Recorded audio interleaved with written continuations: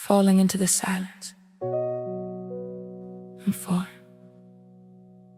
and I can't get up. Not the kind of fall where you trip, laugh it off, brush the dust from your knees and keep walking. No. This is the kind of fall where your spirit slips through the cracks of your chest and lands somewhere God only knows.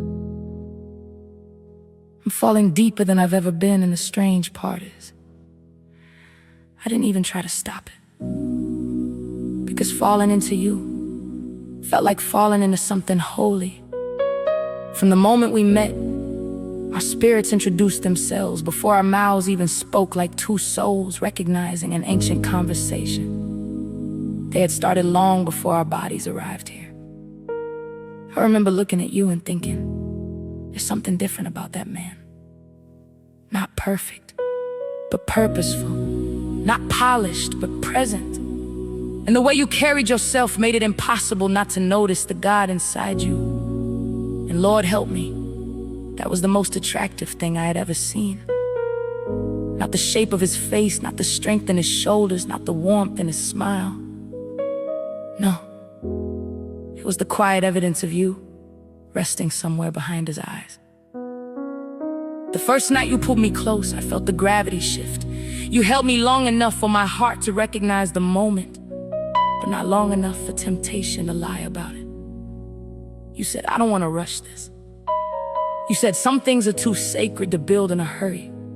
You said you wanted to give God time to cultivate, time to confirm, time to breathe life into something real. And I believed you. Because in a world full of men running from patience like it's a disease, you treated time like it was a seed and you planted it carefully. You pursued me with a quiet confidence, not loud, not showy, just steady. Complimenting the way I carried myself, the way I dressed, the way I smiled, like my joy belonged to the room. You loved me out loud. Every time we walked into a place together, I stood a little taller beneath your arm. Not because I needed approval, but because it felt good to be chosen by someone who knew my worth. And truth be told, I didn't care where we were going. Direction didn't matter. As long as you were leading, I was willing to follow. Life without you felt unimaginable, like trying to breathe without lungs, like trying to sing without a voice. You became the space my soul learned how to live in. You were everything I thought I had prayed for. Heaven's answer wearing a human face. And I remember thinking there was no deeper emotion, no stronger love, no safer place than standing inside the arms of a man sent by God. But life has a way of interrupting even the holiest moments. Because one day in a single instant, everything changed. No warning, no preparation, no gentle unfolding of grief, just a phone call, just a sentence, just the sound of the world breaking. And suddenly the man who filled my days with laughter was reduced to memories I could only visit in silence. You were gone, just gone. No chance to say goodbye. No final prayer, no last touch to remind my hands what yours felt like. And I stood there wondering how something so real could disappear so fast. How a love that felt ordained could end beside twisted metal and flashing lights. I asked God questions I never thought I would ask. Not polite questions, not Sunday morning questions, real questions. The kind that come from the part of you that's bleeding. I said, Lord, how do you give someone a love like that just to take it away? I said, how do you let a heart open just to watch it break? Because there is no man on this earth who could ever take his place. No voice that sounds like his.